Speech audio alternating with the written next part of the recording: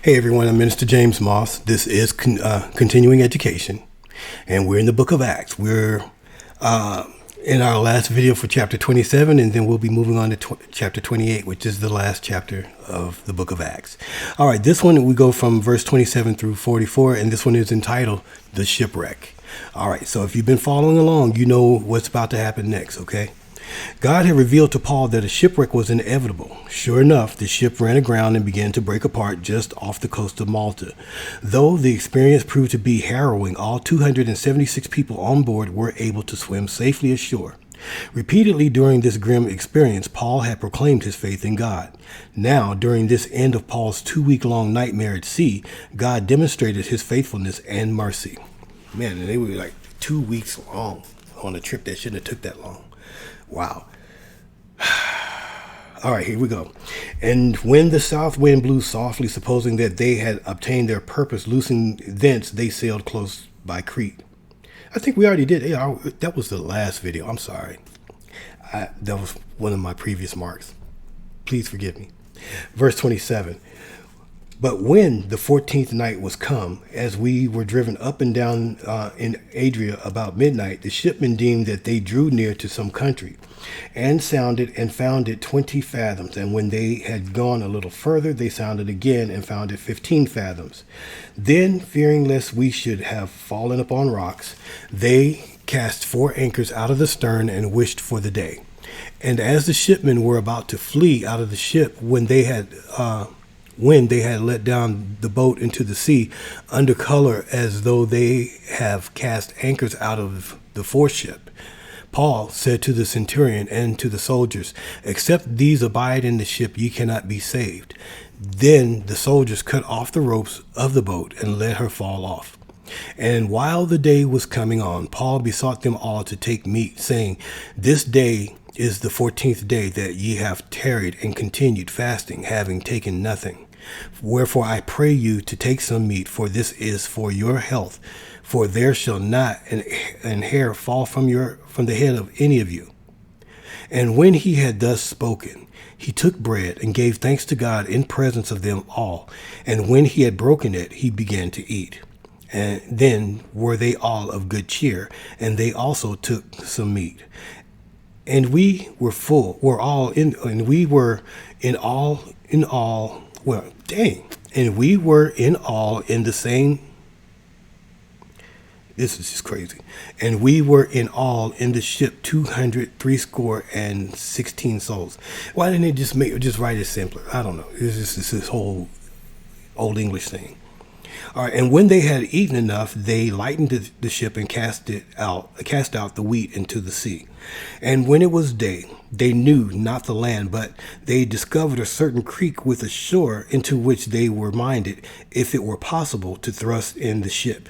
And when they had taken up the anchors, they committed themselves into the sea, and loosed the rudder bands, and hoisted up the mainsail to the wind, and made towards shore.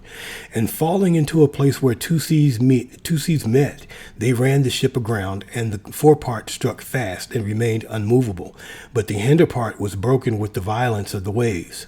And the soldiers' counsel was to kill the prisoners, lest any of them should swim out and escape. But the centurion, willing to save Paul, kept them from their purpose, and commanded that they which could swim should cast themselves first into the sea and get to land, and the rest, some on boards and some on broken pieces of the ship. And so it came to pass that they escaped all safe to land. Okay. Yep.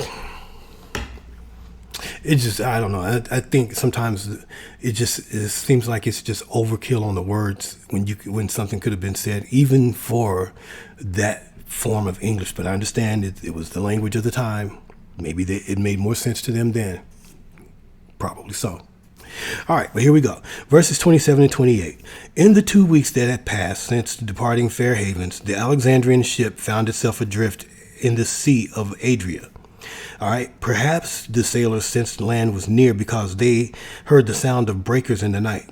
Soundings were made by throwing a weighted marked line into the water. When the lead hit the bottom, sailors could tell the depth of the water from the marks on the rope. Calculating a conservatively estimated rate of drift of some 36 miles per day, a ship would, in 2 weeks' time, be very close to what is known as St. Paul's Bay at Malta. This calculation corresponds to the recorded soundings both cited by Luke and demonstrated by modern oceanographic research. 29. If breakers were being heard in the distance, to continue to push toward land in the dark would have been foolhardily. Anchors had or acted as kind of a primitive braking device. Ships had many anchors. Therefore, the crew threw out 4 anchors to keep the ship off the rocks and to keep the bow pointed toward the beach. They prayed for daylight so they could see where they were going. Verses 30 through 32. In the night, a group of sailors, not convinced by Paul's earlier assurances that all aboard would be saved, tried to abandon the ship. Under the guise of going out in the ship's dinghy to drop additional anchors and stabilize the vessels, the men intended to head for shore. Somehow, Paul discerned their real intentions. He may have been divinely warned or merely suspicious because of his own sailing experiences. He alerted the commanding officer Julius and the Roman soldiers of the plot, implying that their own safety would be in jeopardy if these sailors were allowed to carry out their plan. Unlike the situation at the beginning of the voyage, Paul had the officer's attention and was functioning almost as the commander of the ship.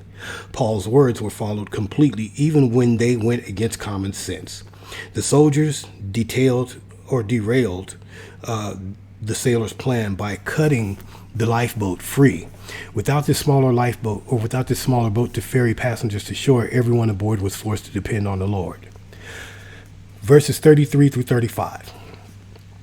With the voice of experience and sense of the arduous task ahead, Paul encouraged his fellow travelers to gain strength and sustenance by eating. They had barely eaten for 2 weeks. Again, Paul assured everyone of God's promise of safety. There, in the midst of dire circumstances, Paul presided over a traditional Jewish meal. Verses 36 through 38, the passengers and crew were encouraged and began eating. There was no need to ration what was left or save it for later, for they knew they would soon be on land.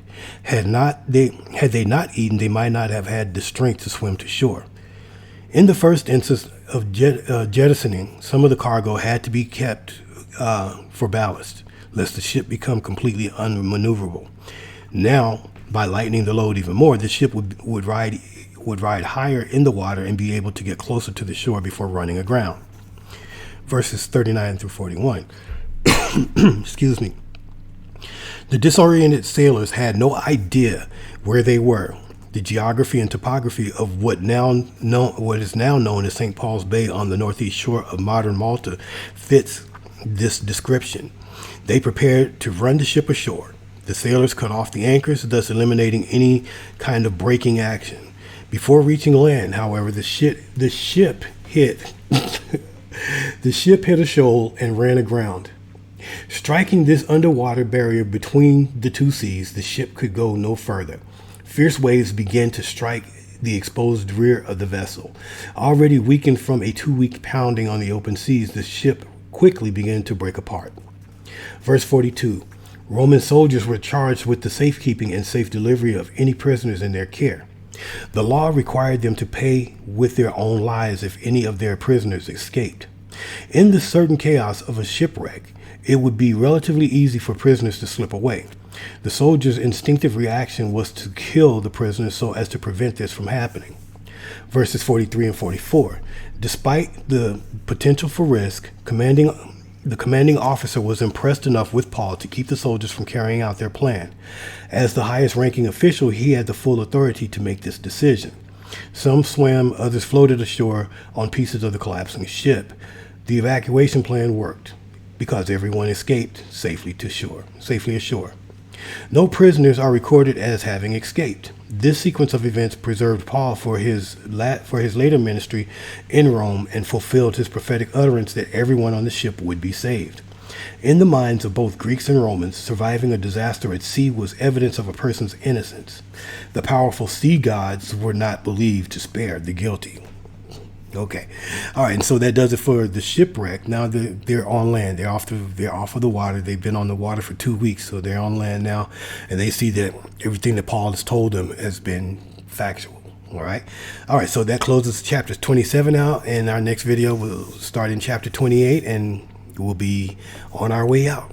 All right. So until next time, God bless you. God keep you. Thank you for your support of this ministry. Thank you for watching these videos. And until next time, God bless you. God keep you and continue to study.